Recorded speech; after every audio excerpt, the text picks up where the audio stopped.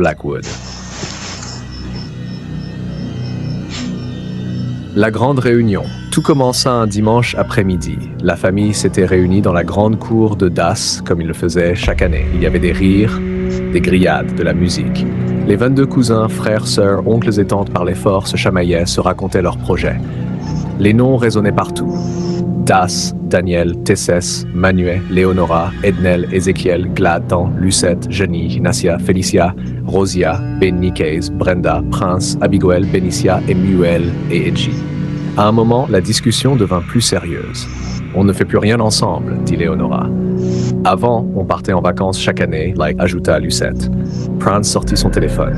« J'ai trouvé une maison immense à louer, isolée, pas chère, parfaite pour nous tous. » Il montra les photos. Une grande bâtisse en pierre sombre, 3 étages, un grenier, une cave, entourée d'une forêt épaisse.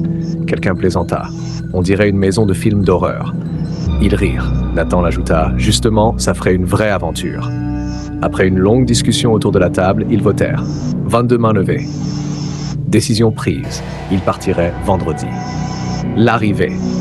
La route était longue. Plus ils avançaient, plus les maisons devenaient rares.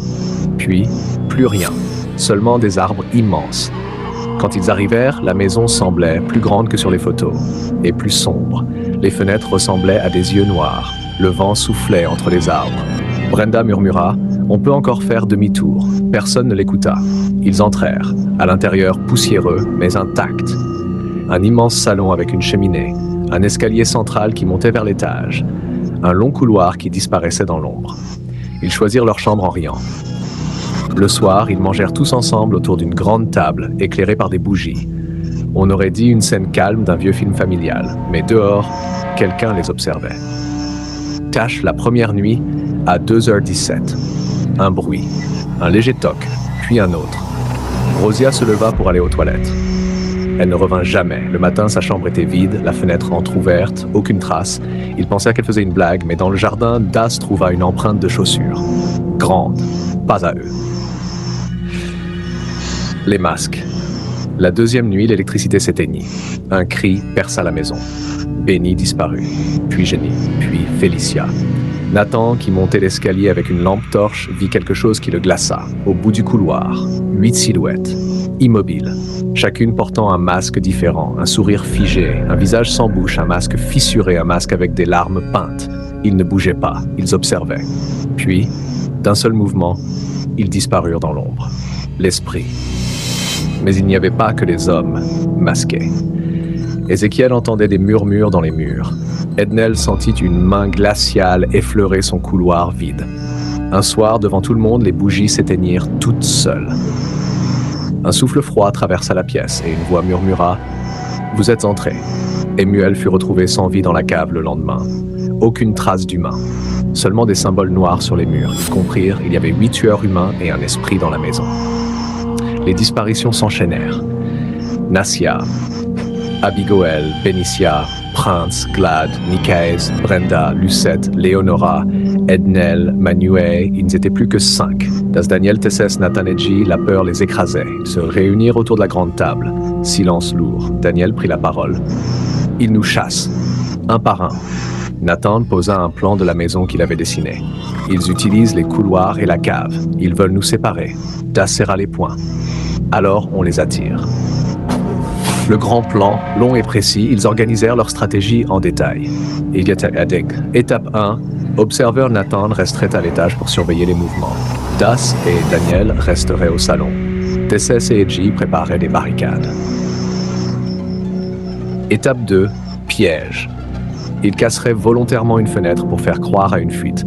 Les tueurs viendraient vérifier. Étape 3, isolement. Ils bloqueraient les portes arrière avec des meubles lourds, obliger les tueurs à passer par le salon. Étape 4, neutralisation. Utiliser les objets trouvés. Chaînes, barres métalliques, extincteurs. Ils savaient que c'était risqué, mais rester signifiait mourir. L'affrontement. Ils exécutèrent le plan. Le bruit attira les 8 masques. Les silhouettes entrèrent dans le salon, éclairées seulement par les flammes de la cheminée. Le combat éclata. Dans la confusion, ils réussirent à neutraliser 6 des hommes masqués. Mais l'esprit apparut. Une ombre immense sur les murs. Le feu s'éteignit. Un froid terrible envahit la pièce. Edgy fut projeté contre le mur. Tesses disparut dans l'obscurité. Nathan tenta de fuir, mais une silhouette le rattrapa. Silence. Il ne restait que Das et Daniel. Les deux derniers. Les deux derniers tueurs les poursuivirent jusqu'à la cave. Das fit tomber une armoire derrière eux. Daniel utilisa une chaîne pour déséquilibrer l'un. Après une lutte intense, les deux derniers tombèrent. Les 8 tueurs étaient neutralisés.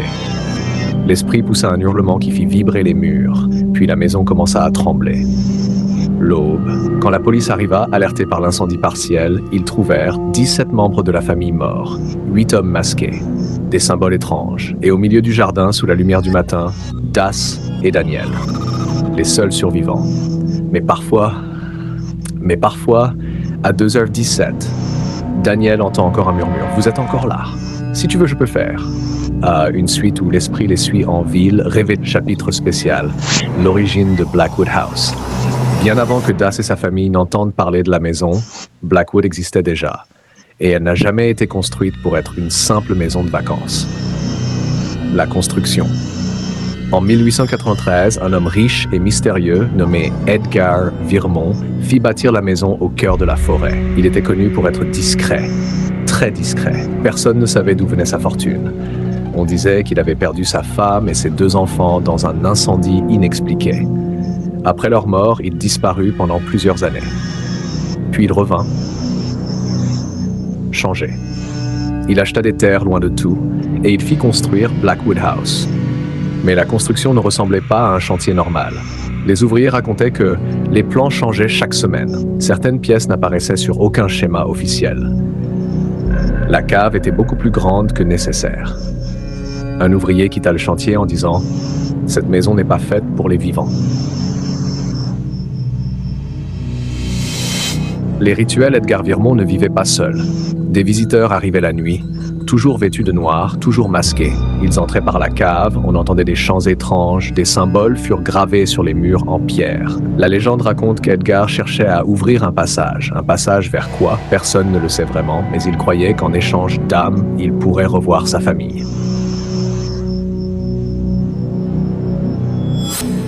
Un soir d'hiver, les villageois virent une lumière rouge s'élever au-dessus de la forêt. Des cris furent entendus jusqu'au matin.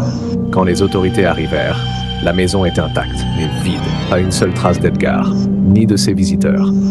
Dans la cave, ils trouvèrent seulement des masques abandonnés, des symboles noirs sur les murs, et une phrase gravée dans la pierre « La maison garde ce qu'elle prend. La malédiction. »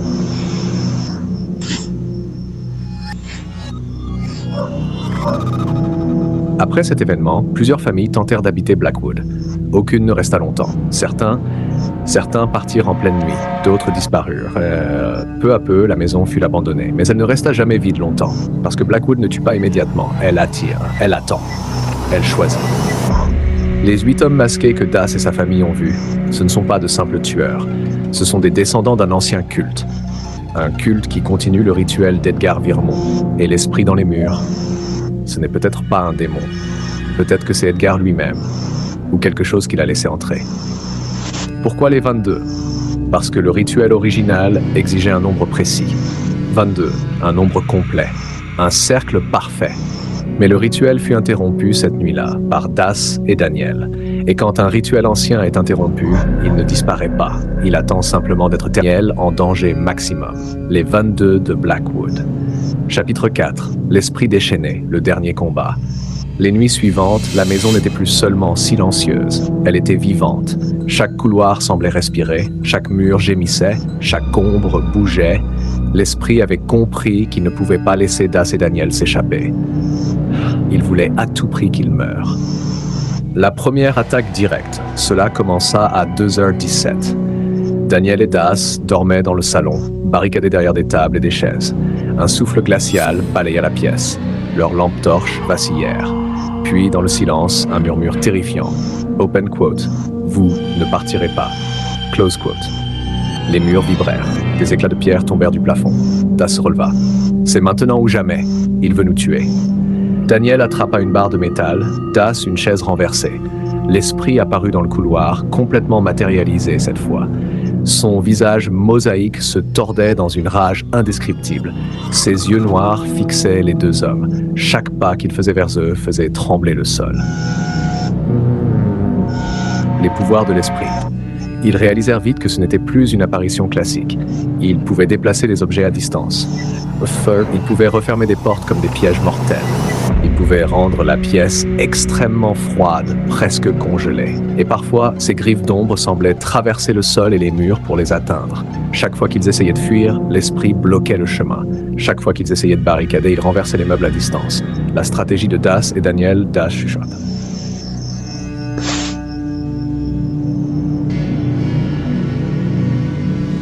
On n'a pas le choix, on doit l'attirer vers le salon central. C'est là qu'on a plus de contrôle. Daniel hocha la tête. Ils préparèrent des pièges improvisés. 1. Bouclier de fortune avec des tables et des chaises. 2. Projectiles lourds, barres de métal, lampes cassées. 3 points faibles, des fenêtres et portes qu'ils pourraient forcer à se refermer sur l'esprit temporairement. Mais ce qu'ils savaient, c'est que l'esprit ne mourrait pas vraiment. Le seul moyen était de l'affaiblir assez pour s'échapper ou de le repousser temporairement. Le premier affrontement, l'esprit fit un premier mouvement vers eux. Une chaise vola dans la pièce, comme propulsée par une force invisible. Das para et riposta avec une barre métallique, frappant, mais le métal traversa l'air comme si l'esprit était semi-invisible. Daniel hurla. « Il peut nous tuer d'un souffle !» L'esprit hurla à son tour. La pièce entière trembla. Le sol se fissura sous leurs pieds. Les lampes torches s'éteignirent. Seul le visage mosaïque de l'esprit brillait dans l'obscurité. La chasse finale. Pendant plusieurs heures, Das et Daniel fuirent à travers les couloirs. Chaque fois qu'ils pensaient avoir trouvé une issue, une ombre surgissait derrière eux. Chaque fois qu'ils essayaient de barricader une porte, l'esprit l'ouvrait à distance et les forçait à reculer. Le froid était si intense que leurs doigts et leurs pieds étaient engourdis. Le souffle de l'esprit brûlait leur gorge. Puis dans la cave, ils virent les 2 derniers tueurs humains qu'ils n'avaient pas encore affrontés. Les 8 masques originaux étaient maintenant 6 tués, et ces 2 derniers étaient désespérés, agressifs. Das murmura « On doit gérer ça rapidement. » Après, on se concentre sur l'esprit. Chut, l'ultime piège. Ils attirèrent les 2 tueurs dans la grande salle où ils avaient préparé des pièges. Les meubles formaient un corridor étroit. Une étagère lourde était prête à tomber sur eux. Das tenait la barre métallique. Daniel avait trouvé une vieille chaîne rouillée qu'il pouvait lancer pour immobiliser. Dans un combat intense, Daniel parvint à immobiliser un des tueurs avec la chaîne. Das fit tomber l'étagère sur le deuxième. Les 2 hommes étaient neutralisés. Les tueurs humains n'étaient plus qu'un souvenir. L'esprit désespéré n'était pas fini. Il hurla de rage. « Vous ne partirez jamais !» Das comprit une chose. Il ne pouvait pas le tuer. Mais il pouvait le repousser juste assez pour s'échapper. Ils utilisèrent les dernières forces. Daniel alluma un feu avec des tissus anciens pour créer une barrière de flammes. Das força l'esprit à reculer en frappant des objets pour créer des sons violents. Et alors la maison trembla. Des murs craquèrent. Des fenêtres explosèrent. Un souffle final propulsa l'esprit dans la cave, le coinçant temporairement dans l'ombre. L'aube. Quand le soleil se leva, tout était silencieux. Das et Daniel étaient épuisés, gelés et tremblants, mais ils étaient vivants. L'esprit avait été repoussé, pas détruit. Ils comprirent que Blackwood House les avait choisis, mais qu'ils avaient survécu grâce à leur intelligence, leur courage et leur lien familial. Et quelque part dans les murs de la maison, open quote, l'esprit attend, il saura qu'ils reviendront. Close quote. Mais l'ombre de Blackwood reste présente. Les 22 de Blackwood. Chapitre 5. L'évasion finale. Les premières lueurs de l'aube filtraient à travers les fenêtres brisées de la maison. Das et Daniel, couverts de poussière, de sang séché et de cendres, se tenaient côte à côte. Le silence était oppressant, presque irréel après la tempête de la nuit. Ils savaient que l'esprit n'avait pas été détruit, seulement repoussé. La dernière barrière. Pour sortir, ils devaient passer par le hall principal où la maison semblait respirer encore plus fort. Chaque pas faisait craquer le bois. Chaque souffle soulevait une poussière grise dans l'air. Daniel murmura « On doit bouger vite avant qu'il se libère ». Ils utilisèrent ce qui restait des meubles pour créer un corridor étroit et ralentir l'esprit. Das, armé d'une barre de métal, frappa le sol pour produire des sons et attirer l'ombre vers les murs. Daniel, avec une vieille chaîne, tenta de bloquer la porte de sortie principale, juste assez pour créer une seconde de répit. La confrontation finale. Alors qu'ils atteignaient l'entrée, un souffle glacé les frappa. Le visage mosaïque de l'esprit apparut à la porte. Open quote. Vous croyez vraiment que vous sortirez? Close quote. Das hurla. Maintenant Daniel. Ils poussèrent la porte à deux mains. La lumière du matin frappa leur visage. La maison sembla hurler en un écho terrible, comme si elle les maudissait pour leur audace. L'esprit se précipita vers eux, mais la lumière du soleil perça son ombre. Das et Daniel franchirent la porte d'un bond, tombant sur l'herbe humide à l'extérieur. Ils roulèrent sur le sol, haletants, tremblants, mais libres. La sortie. Devant eux, la forêt semblait normale, presque paisible. Le vent soufflait doucement, effaçant les traces de leur fuite. Daniel s'assit sur le sol, les mains sur les genoux. On l'a fait! Das, encore figé, regarda la maison derrière eux. Elle était intacte, silencieuse, mais quelque chose dans l'air disait que Blackwood House n'avait pas dit son dernier mot. Ils entendirent un souffle, presque imperceptible, venant de la cave. Open quote. Vous reviendrez. Close quote. Mais pour le moment, ils étaient en vie. Seul survivant d'une famille de 22, marquée pour toujours par la maison, les masques et l'esprit. Le bilan, 22 au départ, 17 morts, 5 survivants au moment de l'affrontement final. Das et Daniel, les deux derniers à se battre et à survivre. Les 8 tueurs, mais l'esprit reste vivant et actif. Das et Daniel s'éloignèrent lentement, le cœur lourd vers l'eau, sachant qu'ils portaient désormais le secret de Blackwood. Et même si la forêt semblait silencieuse, la maison gardait toujours son ombre, prête à choisir de nouvelles victimes. Un an après, le 18 juin 2014, Das et Daniel étaient sortis vivants de Blackwood House. Après cette nuit, traumatisés mais survivants, ils avaient promis de ne jamais oublier, mais aussi de vivre pleinement. Les années passèrent. Chaque membre survivant fonda une famille. Ils vivaient dans différentes villes. Das dans Kinshasa, Daniel dans Brazzaville, Nathan à Pointe-Noire, Edji à Lubumbashi, Tesses à Matadi. Malgré la distance, ils se voyaient souvent. Anniversaires, fêtes, mariages, moments joyeux, les rires revenaient. Chaque 18 juin, ils se rappelaient la maison. Pas par peur, mais par respect pour ceux qu'ils avaient perdus. Ils étaient joyeux, prospères, entourés de leurs enfants, et la vie semblait avoir enfin repris son cours. Chapitre 7, le 18 juin 2026. 12 ans plus tard, exactement le 18 juin 2026, quelque chose brisa cette paix. Des nouvelles alarmantes arrivèrent de plusieurs villes. Open quote. Des personnes avaient été retrouvées mortes dans des circonstances étranges. Des traces de masques blancs et noirs sur les lieux, et chaque victime avait un mot murmuré. Close quote. Rétablir l'ordre. Le sang se glaça dans les veines de Das et Daniel. C'est lui. L'esprit et ses masques, murmura Das. Ils prirent contact immédiatement. Ils devaient se retrouver. Chapitre 8. La réunion des survivants. Avant de se confronter directement à l'esprit, ils décidèrent de revoir les autres survivants. Nathan, Edji, Tesses. Contre toute attente, ils n'étaient pas morts. La police et les ambulances les avaient récupérés après la bataille finale, blessés mais vivants. Chacun avait maintenant une famille. Mais l'ombre de Blackwood pesait encore sur eux. Das proposa, on doit agir. On doit venger notre famille et stopper cet esprit avant qu'il ne tue d'autres innocents. Nathan secoua la tête. Je m'en fous de ces gens. Edji et Tesses restèrent silencieux, partagés entre peur et devoir. Daniel posa une main sur l'épaule de Nathan. Ce n'est pas une question de vengeance personnelle, c'est Dieu qui nous a permis de survivre. Il nous a donné une seconde chance pour agir ensemble et détruire cette horreur. Après une longue discussion, tous s'acceptèrent. La culpabilité et la peur a laissé place à la détermination. Le retour à Blackwood. Le soir du 18 juin 2026, la famille survivante se retrouva devant la maison. Elle semblait encore plus sombre, comme si elle avait absorbé tous les cauchemars des 12 dernières années. Les 8 masques et l'esprit étaient là, attendant leur arrivée.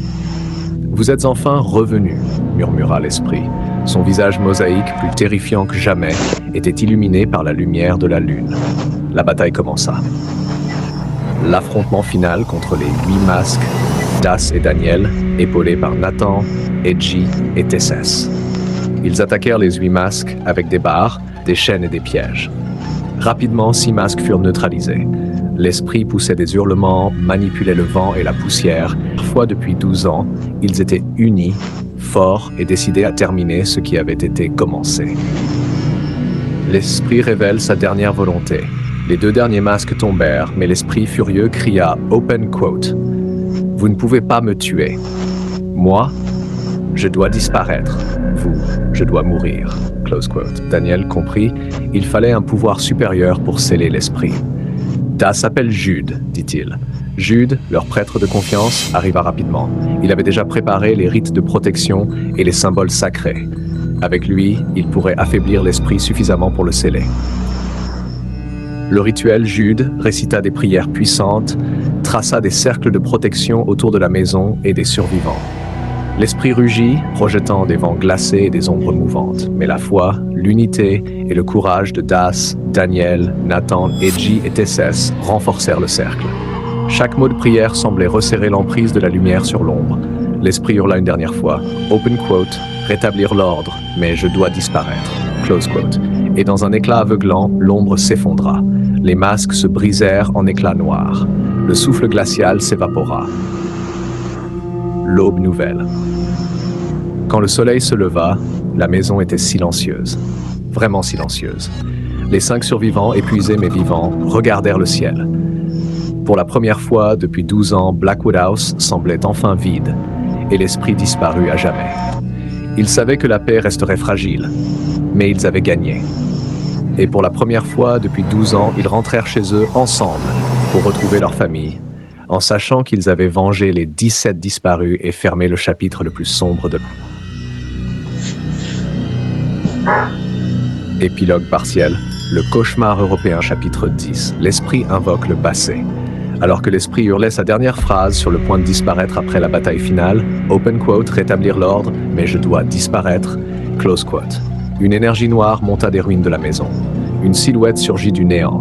C'était le propriétaire originel de Blackwood House, Edgar Virmont, mort depuis 45 ans. Mais ce n'était pas son corps. Son esprit avait trouvé refuge dans un humain ordinaire, quelqu'un qui n'avait rien à voir avec Blackwood. Un homme dans une ville voisine.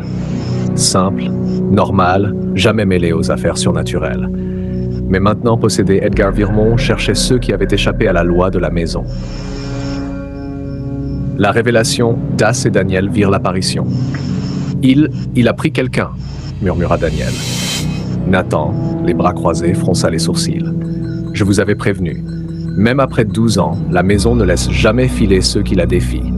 Edgy et Tesses restèrent figés, sentant une pression invisible peser sur eux et leur famille. L'esprit de Blackwood s'était effacé, mais le pouvoir du propriétaire revenait à travers un corps humain, prêt à punir.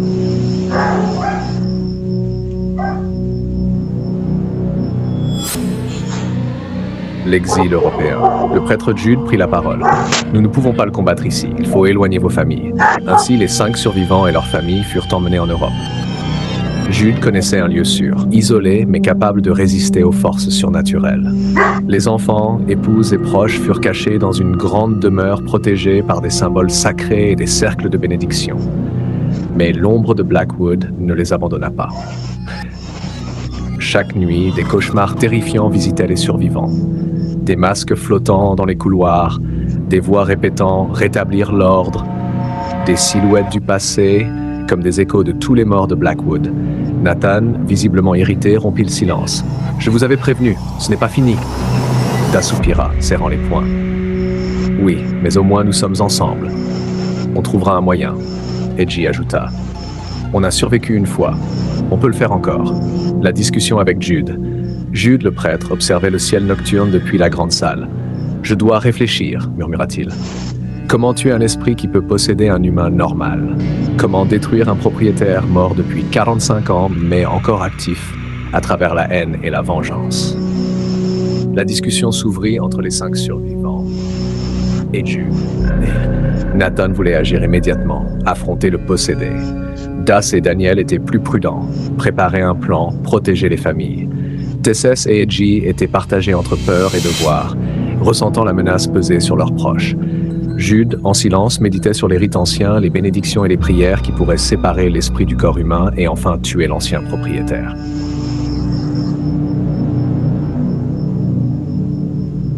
La tension monte, nuit, les cauchemars revenaient. Chaque voix dans le sommeil répétait, open quote, rétablir l'ordre, close quote. Les survivants savaient que le combat final approchait. Nathan, croisant le regard de Das. De Blackwood, chapitre final, la rétribution et la paix, l'exorcisme de Jude. Jude s'agenouilla devant le jeune homme possédé, Mark Tikeya, tremblant et à moitié inconscient. Par le pouvoir du Très-Haut, par le nom de Dieu, je t'ordonne de libérer ton esprit. La pièce trembla.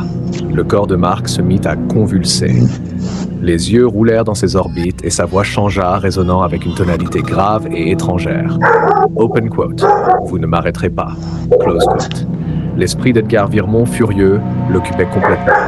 Des éclairs noirs parcouraient le sol et les murs, et un souffle glacé envahit l'espace. Daniel cria « Vite, fuyons vers la forêt !» Les 5 survivants, Das, Daniel, Nathan, Edgy et Tesses, coururent dans la nuit noire, tandis que Jude poursuivait son exorcisme, les mots sacrés gravés dans l'air et les symboles lumineux flottant autour du corps de Mark. La libération et l'attaque des masques. Mais l'esprit ne s'arrêta pas. Avant de quitter Mark, il fit apparaître ses alliés. Les 8 tueurs masqués, dirigés par un chef masqué. Ils étaient accompagnés d'une armée de 30 hommes masqués, tous des anciens meurtriers de leur propre famille et victimes de Blackwood. Nathan, en colère et déterminé, enleva son habit, révélant une force insoupçonnée.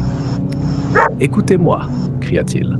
« Si vous voulez que les esprits de nos familles nous aident, vous devez tuer ces 8 bâtards. » À ce moment, des silhouettes apparurent autour d'eux. Les esprits de leurs proches, morts à Blackwood ou tués par les masques, prirent l'apparence de leur famille et s'approchèrent doucement. Chaque coup porté par les héros était guidé par l'énergie de ceux qui avaient été tués. Le vent se chargeait de murmures. Open quote, frappe, protège, venge-nous, close quote. L'arrivée de Ozan Jude, épuisé mais concentré, appela son élève. Ozan, viens m'aider. Le rituel doit être complet. Ozan, un garçon calme mais déterminé, entra dans la pièce avec des symboles de protection et des reliques sacrées. Ensemble, ils purent concentrer le pouvoir sur le corps de Mark Tikeya, repoussant l'esprit de Blackwood qui hurlait « Open quote. Vous ne pouvez pas me tuer. Je suis l'ordre. Je suis la maison. » Close quote. Chaque mot du prêtre et de son élève brûlait l'énergie de l'esprit. Les convulsions de Mark devinrent plus violentes. Puis, dans un dernier cri de rage et de douleur, l'esprit sortit du corps de Mark, laissant le jeune homme libre, tremblant mais vivant. La disparition des 8 masques. Aussitôt que l'esprit fut libéré, les 8 masques et leur armée de 30 hommes disparurent dans un souffle sombre. Les forces maléfiques, fatiguées et incapables de continuer, s'évaporèrent. Les esprits de leur famille, un à un, s'approchèrent de chaque survivant, touchèrent leur visage, puis murmuraient « Open quote. Merci. Maintenant, nous pouvons partir en paix. » Close quote. Les 5 héros s'effondrèrent sur le sol, pleurant comme des enfants, libérés d'une douleur qui durait depuis 12 ans pour eux et 45 ans pour la maison. La paix retrouvée. Le soleil se leva, illuminant la forêt. La maison de Blackwood semblait maintenant silencieuse pour toujours, sans souffle ni murmure. Das, Daniel, Nathan, Edgy et Tesses se regardèrent. Ils savaient que les esprits de leur famille étaient enfin apaisés. Mark Tikeya était sauvé. L'ordre de la maison ne contrôlait plus leur destin. Jude et Ozan les rejoignirent. Le prêtre posa sa main sur leur épaule. « Vous avez fait ce que très peu auraient pu faire, vous avez restauré la justice. » Nathan hocha la tête, encore tremblant mais souriant. « Je vous avais prévenu, mais cette fois c'est fini. » Épilogue. Les 5 héros et l'avenir. Quelques mois plus tard, tous les survivants et leurs familles avaient repris une vie normale. Les enfants jouaient dans des jardins ensoleillés, loin des cauchemars de Blackwood. Das et Daniel racontaient parfois l'histoire, non pour effrayer, mais pour rappeler le courage, l'unité et l'amour familial. Mais parfois, lorsqu'ils regardaient les forêts ou entendaient le vent souffler la nuit, un frisson les parcourait. le souvenir de Blackwood resterait pour toujours.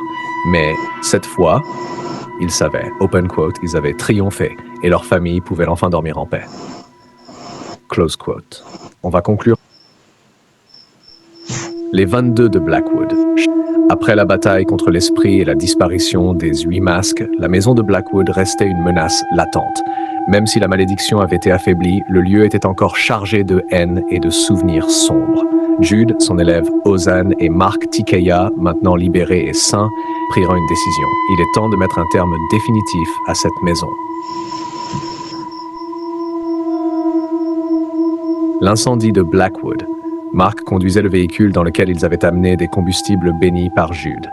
Ozan et le prêtre portaient des reliques et des symboles sacrés pour protéger l'équipe et s'assurer que la maison brûle complètement. La maison s'embrasa. Les flammes léchaient les murs, les fenêtres explosaient une à une et les murmures des esprits étaient aspirés par le feu. Jude prononça une dernière prière, que la maison ne puisse plus jamais nuire à aucun vivant. Les flammes engloutirent Blackwood House jusqu'aux fondations, réduisant en cendres les murs, les escaliers et même les souvenirs gravés dans les pierres. L'appel aux héros. Lorsque la maison fut consumée, Jude prit sa corne de bois et appela les 5 survivants. Das, Daniel, Nathan, Edgy, Tesses. Les 5 héros arrivèrent, encore tremblants mais souriants, voyant les cendres de Blackwood disparaître dans le vent. Le prêtre et Ozan les félicitèrent. Vous avez survécu, vous avez vengé vos familles et vous avez enfin libéré ce lieu de sa malédiction. Mark Tikeya sourit, reconnaissant d'avoir été sauvé et de faire partie de cette victoire. La fête de la victoire. Pour la première fois depuis 12 ans, tous se détendirent. Une fête fut organisée. Les enfants riaient, jouant autour du feu. Les familles partageaient des repas et des histoires. Das et Daniel, Nathan, Edgy et Tesses levaient leurs verres pour ceux qu'ils avaient perdus et pour ceux qui étaient enfin libres. Jude et Ozan observaient la scène avec satisfaction, sachant que la malédiction de Blackwood avait été définitivement détruite. Les cendres du passé étaient balayées par le vent et la nuit fut remplie de rires, joie et paix. Et avec cela, l'histoire se termine définitivement. Blackwood House n'existe plus, l'esprit est mort, les masques disparus et les héros peuvent enfin vivre en paix avec leur famille.